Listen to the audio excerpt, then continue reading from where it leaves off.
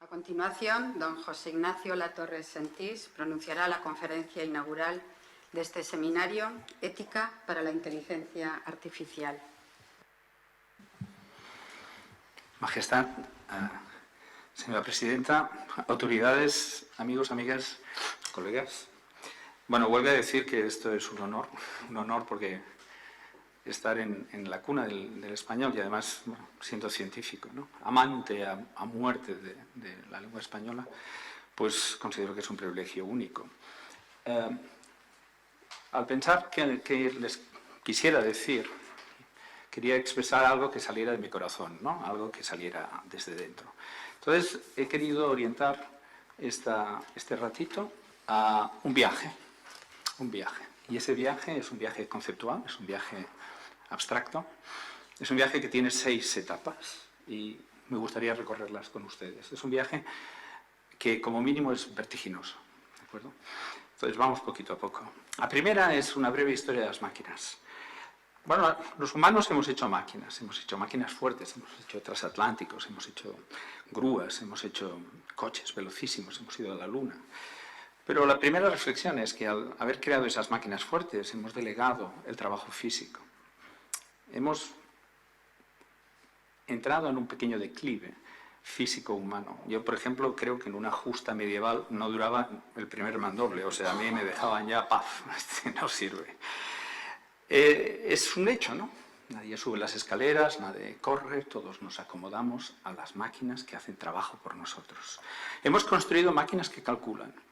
Y doy fe que si van 7 a cenar, cuando llega la cuenta, todo el mundo mira hacia otro lado porque dividir por 7 se ha convertido en una tarea muy complicada. Y ese cálculo sencillo también implica el castellano. Resulta que cuando uno escribe, ya confía que va a haber un editor de textos que lo va a corregir. Hay un declive mental humano. Dejamos penetrar a la máquina que calcula y entramos en un declive. Lo que está sucediendo ahora de forma ya no tan tácita, hace unos años era más tácito, ahora decididamente es omnipresente, es que estamos entrando en la época en que las máquinas toman decisiones. Y las decisiones tienen que ver con la ética, tienen que ver con el declive ético humano. Cuando nosotros sencillamente decimos esto ha salido de un programa y no nos preguntamos por qué, estamos hacemos una dejación de funciones éticas. Esa es la primera parte, el primer mensaje de la primera etapa. La inteligencia artificial avanzada consiste en delegar la decisión. Y eso es un tema muy profundo y muy serio. Mi segunda etapa es cómo hemos llegado a este instante donde las máquinas deciden. Bueno, es que ha habido un siglo absolutamente fascinante. Ese siglo lo he resumido en esta doble relato. He tomado 2 ideas, que son la mecánica cuántica y la inteligencia artificial. Y está lleno de puntos absolutamente brillantes. La mecánica cuántica nace en 7 de octubre de 1900, se establecen los postulados en el año 26, von Neumann. Poco después empezamos a extraer su utilidad, el transistor en el 47, el láser en el 60, todas las comunicaciones de la Tierra, todos los ordenadores de la Tierra, 10.000 millones de transistores en nuestro teléfono. Encontramos ideas tan genuinas como utilizar el WWW, que nació asociado a los experimentos en el CERN, en el colisionador de partículas que está en Suiza y Francia. Pero bueno, yo os quería decir que a día de hoy hemos logrado hacer puertas cuánticas y estamos en el umbral de lo que se llama la supremacía cuántica. Y les voy a hablar un poquito en otra etapa. Y la inteligencia artificial también arranca con las ideas de computación, las ideas de Church, Post, Turing, Gödel, el teorema de indecidibilidad, los primeros ordenadores, que se están hablando con la parte de mecánica cuántica, porque no podemos construir un ordenador si no tenemos los principios físicos, y se van retroalimentando unos a otros, y aparecen las primeras ideas de Shannon, de comunicación, las que usamos en nuestra televisión hoy en día, o los primeros inviernos de la inteligencia artificial, los primeros intentos fallidos de inteligencia artificial. Pero con este siglo XXI hemos construido las redes neuronales ya profundas y estamos entrando en la inteligencia artificial avanzada con implicaciones profundas, no solo en el español, sino literalmente en todas las actividades humanas. El periodismo, obviamente, también. Todo consiste en que hemos aprendido a aprender. Esa es la gran diferencia. Necesitamos máquinas, necesitamos internet, necesitamos estadística avanzada, potencia de cálculo, pero no sabíamos cómo aprender. La primera idea consistió en pasar el saber humano a un algoritmo. Intentamos hacer sistemas expertos. Hacíamos, por ejemplo, este es el ejemplo de un diagnóstico médico. Pues ahí se le preguntaba a 1.500 médicos cómo proceden. Y ese sistema experto daba una solución. ¿Era buena o era mala? En algunas situaciones era razonable, en otras situaciones era terrible. No era buena. Los fracasos en síntesis de voz antiguos, las ideas de aplicar estas cosas demasiado prematuramente dieron lugar a esos inviernos de la inteligencia artificial en los años 60, 70, 80. Aquí he querido ilustrarlo de una forma un poquito divertida, y esto es un algoritmo creado en 1966 en el MIT, que se llamaba ELISA, que era un psiquiatra. Entonces, tiene un poquito de gracia, ¿no?, leerlo. El paciente, esto es real, no es ningún montaje. El paciente dice, todos los hombres son iguales. ELISA, que es el ordenador, el algoritmo, le dice, ¿en qué sentido? Paciente, siempre nos molestan con cosas. ¿Puede ser más específico el paciente? Bueno, mi novio me hizo venir aquí. ELISA, ¿tu novio te hizo venir aquí? Dice que siempre estoy deprimida. Siento escuchar que siempre estás deprimida. Es verdad, no soy feliz. ¿Crees que venir aquí te hará sentir menos feliz? Bueno, es impresionante, porque esto es muy primitivo, pero establece ya un diálogo entre humanos y máquinas en un lenguaje que resulta que creó adicción en los pacientes y se retiró inmediatamente por las consecuencias éticas que tenía eso. Era demasiado prematuro. El tiempo nos ha hecho llegar a una segunda manera de aprender impresionantemente más superior, que es lo que es aprendizaje a partir de ejemplos, que tiene hoy en día 3 grandes categorías: supervisado, no supervisado, por refuerzo, que vuelve a atacar todo, pero desde una óptica radicalmente diferente. La idea no consiste en copiar la lógica de los humanos, sino sencillamente copiar el cerebro humano y mirar que esas conexiones codifiquen la respuesta a ciertos datos. Esa manera de proceder implica que hay que enseñar a esta red neuronal como enseñamos a un niño. Y el gran avance durante la segunda mitad del siglo XX ha sido aprender a aprender, este tipo de aprendizaje. ¿Qué hemos logrado con eso? Cosas tan curiosas como distinguir fotos de perros de gatos, es un ejemplo muy típico. Y hemos aprendido algo también profundo, y es que estas redes, que reciben nombre, ¿no?, convolucionales, establecen capas de procesamiento que se convierten en capas simbólicas. Las primeras capas entienden lo que son las esquinas, lo que son los ángulos. La segunda dice, si tiene esta esquina, esta esquina, esta esquina, esto es un ojo, y así sucesivamente hasta que al final sabemos distinguir entre un perro y un gato. Y todo eso ha venido de la mano de hacer redes neuronales cada vez más profundas, aprender a enseñar. Tenemos hoy incluso redes neuronales que enseñan a redes neuronales, es decir, tenemos alumnos artificiales y tenemos profesores artificiales de los alumnos artificiales, redes adversarias, procesos gaussianos, máquinas de Boltzmann, más toda una parafernalia de tecnología a la mano de los más jóvenes, como son algoritmos gratuitos de open source, ¿no?, de libres de uso, como TensorFlow, Theano o Keras. Y eso da lugar a que una inyección de savia nueva programe sin prestar atención al pasado. Les importa muy poco lo que se hizo en el pasado. Ellos programan y llegan muy lejos. ¿Dónde hemos llegado? Tercer estadio. Bueno, infinito.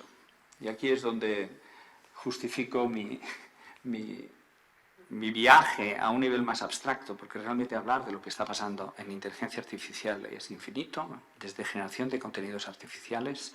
Invito a todo el mundo a que vayan a escuchar la música que genera Aiva o Dick Bach, los dibujos de Vincent, las redes automatizadas de noticias, con algunos de vosotros lo he comentado ya, artistas no humanos, las asesorías. Por ejemplo, en Estados Unidos pues existe un programa, ¿no?, que permite a los jueces tener una asesoría basada en la jurisprudencia norteamericana, asesoría médica. Aquí tenemos a IBM y Watson, que tiene un programa increíblemente sofisticado, asesoría empresarial. Y, bueno, ya que soy científico, déjenme que lo diga, ¿no? Por ejemplo, nosotros hace más de 20 y pico años empezamos a considerar que los datos que surgen del mundo de la ciencia debían ser tratados por redes neuronales, ante la oposición de casi todo el mundo. Si usas una red no entiendes lo que está pasando. Nosotros decíamos, lo que hay que hacer es tratarlos bien. Bueno, a día de hoy todos los experimentos de CERN, todos, sin excepción, utilizan redes neuronales que producimos nosotros. Es decir, que es el gran éxito de la inteligencia artificial, incluso dentro de la propia ciencia. En cuanto al lenguaje natural, bueno, yo creo que también es infinito. Desde los grandes avances en traducción automática, análisis semántico, lo que es generación de voz, las investigaciones en entonación, en inflexión, en imitación de voces, reconocimientos de estados de humor, asistentes personales, que todos ya empezamos a sentir como cada vez mejores, ¿no? Cada vez hablamos mejor con ellos. Es un mundo impresionante. Aquí quería mencionar solo una pequeña curiosidad sobre el español. Hace muchos años se me ocurrió usar un poquito de ideas de estadística avanzada para saber si el español había cambiado mucho. Tenía esta curiosidad. Y tomé periódicos del final del siglo XIX, de la mitad del siglo XX y del final del siglo XX e intenté analizar si el vocabulario ha degenerado o se mantiene al mismo nivel que teníamos antiguamente, utilizando unas técnicas, mis colegas las conocen, pero reduciendo a lo que llamamos un factor sorpresa de entropía. Y yo tenía una teoría, y es que se ha degenerado el uso del español y cada vez lo hablamos un poquito más pobre. Bueno, mi gran sorpresa es que no hay nada como ser científico y hacer lo que es la verdad y ver que no, que tiene el mismo nivel de complejidad el de ahora que el de hace un siglo. Es cierto, no me lo creía, me miré el detalle y vi que efectivamente había muchas palabras que han desaparecido, pero es que han aparecido muchísimas más. Entonces la riqueza es la misma. De hecho, nos habla de que el número de palabras que usamos en castellano está ligado a la capacidad del cerebro humano. Eso es lo que nos está diciendo. Y el cerebro es más o menos constante. Puede cambiar los tiempos, pero la riqueza del vocabulario se mantiene. Bueno, vamos a ir un poquito más finos, ¿no? Delegamos decisiones. Vamos a tomar el ejemplo del médico, ¿no? Claro, qué duda cabe, ¿no? Tiene millones de casos de cada enfermedad, tiene miles de tratamientos, tiene una casuística tan detallada que puede inferir, puede interpolar, puede extrapolar, puede seguramente superar en la calidad del diagnóstico a un médico. Lo mismo para un juez, ¿no? Tiene todos los casos, la jurisprudencia completa. Es rápido, se podría pensar que no tiene sesgo. Tanto es así que yo dudo que de aquí a unas pocas decenas de años, cuando vayamos al médico con un niño enfermo, nadie quiera que el médico consulte a esa inteligencia artificial. Creemos que superará, tácitamente lo creemos. Creemos que ahí hay más información que en la cabeza del médico. ¿De verdad? Entonces vamos a pensar un poquito más, ¿no? ¿Qué ha sucedido? Pues que en los primeros diagnósticos erróneos que obviamente se dan, o la ausencia de equidad social, de acceso a estas tecnologías, o el rechazo de la propia sociedad a nivel profesional, pone en cuestión ciertas técnicas de la inteligencia artificial, y no hace falta decirlo que lo he escogido el tema médico, pero se da en absolutamente todas las disciplinas. Lo que es más importante es hay una ausencia de legislación. Voy a hacer un ejemplo duro. Siempre se pone el coche automático. Yo me he inventado uno. Problema del atracador, le llamo. Entra un atracador en un sitio, en un banco, y tal como entra, dispara. Hay una inteligencia artificial que controla un sistema que puede acabar con el atracador. ¿Qué hace? ¿Quién programa eso? ¿Cómo se programa? Bueno, como no sabemos nada, vamos al pasado, ¿no? Voy al pasado y digo, hombre, déjame, Aristóteles dice que hay que programar el saber como fin último. Bueno, pues para el atracador no me sirve mucho, la verdad. O Kant dice, no, tenemos los imperativos categóricos, no hagas a otro lo que no quieres que te hagan a ti. Entonces no hay que matar al atracador porque no queremos que nos maten, ¿no? Habría que respetar su vida. No, pero luego tenemos el utilitarismo de Bentham y Stuart Mill. Y dicen, no, lo que cuenta es el bien a largo plazo de la mayoría. Entonces sí, hay que matar al atracador. Bueno, entonces, ¿qué quiere decir esto de la ética? ¿Qué quiere decir? Quiere decir que hemos de decir qué ética, y lo que es más importante, la hemos de co-decidir.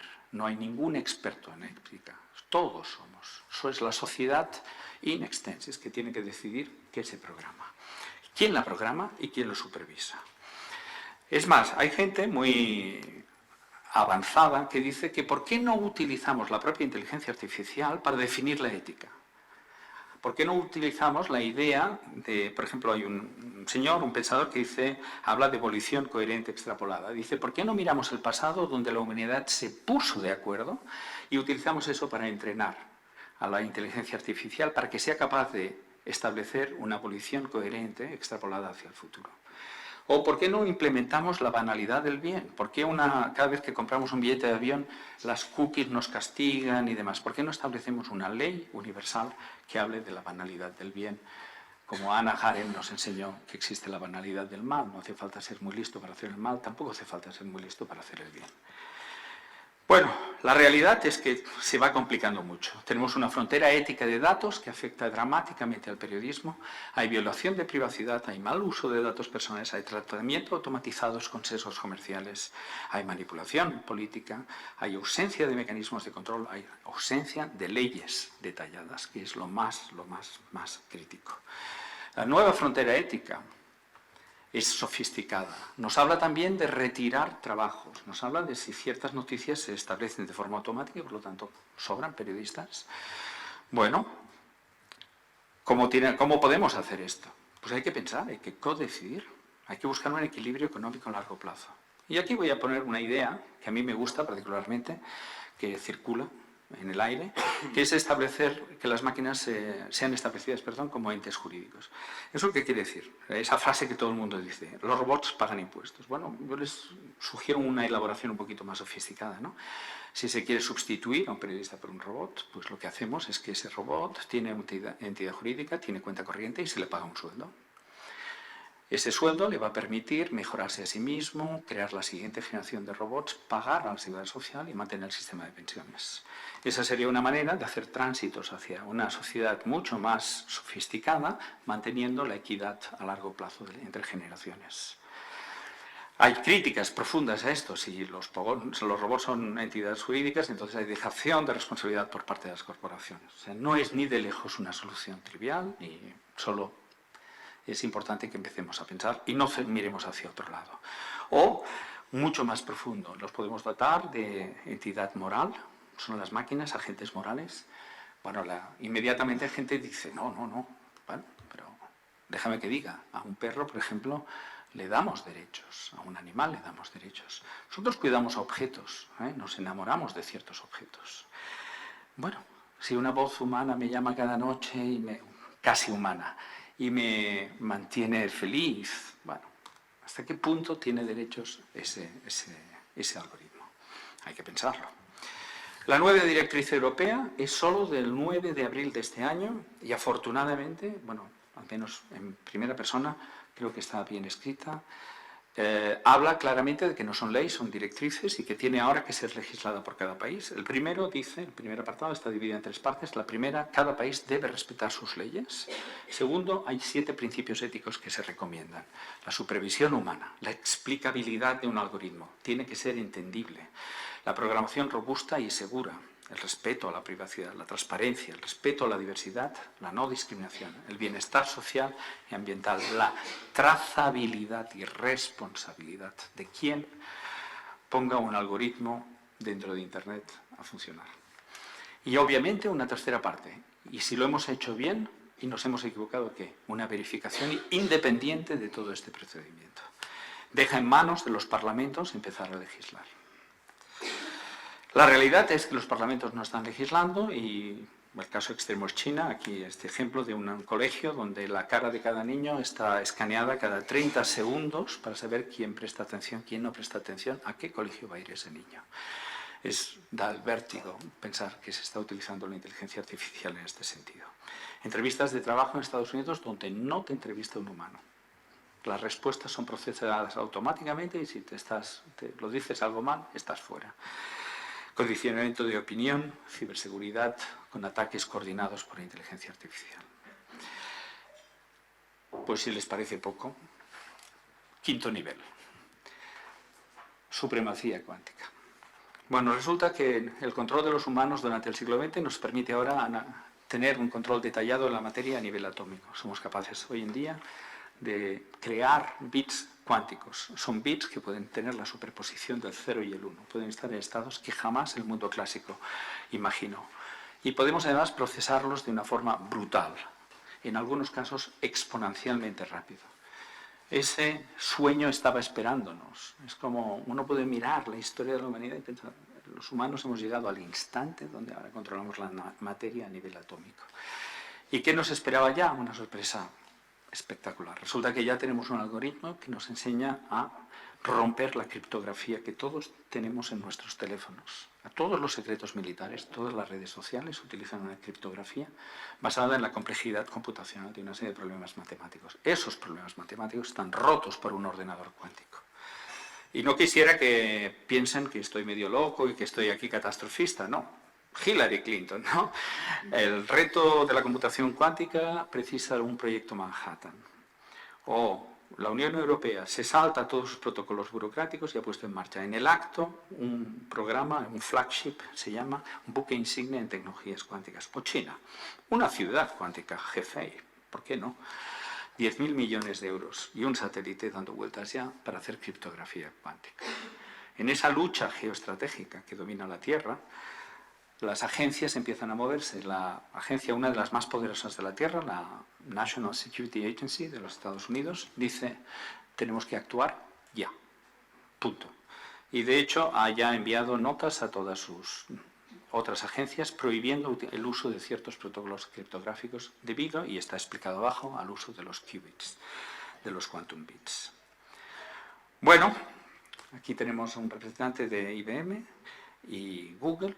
La semana pasada, el día 23 y el día 18 de septiembre, hace una semana, se ha hecho el anuncio por fin de supremacía cuántica. Tenemos ya ordenadores cuánticos que son capaces de hacer un cálculo que es inútil a día de hoy, pero que no pueden reproducir ningún superordenador clásico de la Tierra. Solo son 53 qubits. Pero la memoria que 50 qubits utilizan para simularlos en un ordenador cuántico son del orden de 300 terabytes. Bueno, con 100 ordenadores cuánticos, con 100 qubits, ni todo el poder de cálculo de la Tierra puede hacer en la edad del universo el cálculo que puede hacer ese ordenador. Y ese ordenador puede romper todas las transacciones que hacemos hoy en día. Bueno, yo quisiera, antes de decirles, porque parezco tan duro y aséptico, ¿verdad? Por favor, la mecánica cuántica es una catedral intelectual. Si pueden, arañen la cara de la mecánica cuántica, su profundidad. Es enfrentarse sin sesgo de raza, de poder económico, es tocar las entrañas de la naturaleza, es saber cuáles son las leyes profundas. Existe, como describimos, alteramos la naturaleza cuando la medimos. ¿Cómo se describe? ¿Existe una realidad objetiva? ¿Existe el azar? ¿Está todo determinado? Esas son las grandes preguntas que están en el corazón de la mecánica cuántica, además de transformar nuestras vidas de forma brutal. Es un gran privilegio. Toquen la mecánica cuántica, sentirán el abismo intelectual. ¿Vale? Bueno, y si eso fuera poco, pues, ¿qué es lo que nos espera ahora en poco tiempo? Pues la conjugación de la inteligencia artificial más el poder de cálculo extremo que los humanos no habían imaginado. Entramos en un siglo brutal. ¿Vale? Hay gente que ha pensado en ello, sí, y por eso, pues aunque sea un poquito charla de café, pues mi último estadio hablará de la singularidad. Tal vez conozcan la Singularity University, la Universidad de la Singularidad. Esa idea no la hemos pensado recientemente, ya es antigua. He escogido dos citas que creo que son muy, muy lindas. Una es de von Neumann, uno de los cerebros mejores del siglo XX.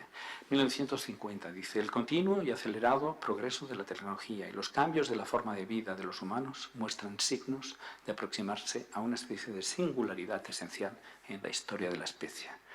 1950. O Diderot, ¿no? Los hijos de la Ilustración, ¿no? Si la unión de un alma con una máquina es imposible, que alguien me lo demuestre. Si es posible, que alguien me diga qué efectos tendría esa unión. Y ya recientemente, alguien que lo ha escrito con plenitud de precisión es Nick Bostrom, uno de los pensadores de la costa oeste. Dice: definamos una máquina ultra inteligente como aquella que puede superar en todas las actividades intelectuales a cualquier humano, por listo que éste sea.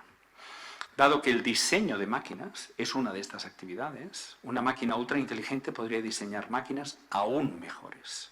Incuestionablemente habría una explosión de inteligencia y la inteligencia humana quedaría totalmente rezagada. En consecuencia, la primera máquina ultra inteligente será la última invención que los hombres podrán hacer, asumiendo que esa máquina sea suficientemente dócil como para permitir que mantengamos su control. Forma parte de esta reflexión final el preguntarnos a nosotros mismos qué significa los humanos, nuestra especie, somos nada más un eslabón. Hubo trilobites, tuvo un sentido la vida de trilobites, la de los dinosaurios, tiene un sentido especial, la de los humanos, o somos un eslabón. O una inteligencia superior se basará en soporte no biológico, o existirán una o muchas inteligencias superiores, o tendrán conciencia, o serán benévolas. Bueno, yo doy mis respuestas, es sí a la primera, sí a la segunda, tendrán conciencia. Quiero imitar a Turing, que dijo que las máquinas eran inteligentes. Turing en 1950 escribió el artículo donde dice ¿qué importa? Lo único que importa es si sabremos distinguir si son inteligentes o no. Creo que lo relevante no será si tienen o no tienen conciencia, sino si los humanos les otorgarán conciencia o no. Si yo le otorgo conciencia, pues ya está. ¿Serán benévolas? Sin duda sí, en mi opinión. ¿Por qué? Pues porque hay otros pensadores que van en esta línea, como Steven Pinker, de Harvard, ¿no?, que habla de la progresiva pacificación de la humanidad, a pesar de las apariencias en contra, pero cuando uno baja los datos reales se percata de que la humanidad se está pacificando. Los parlamentos son lentos, pero legislan adecuadamente.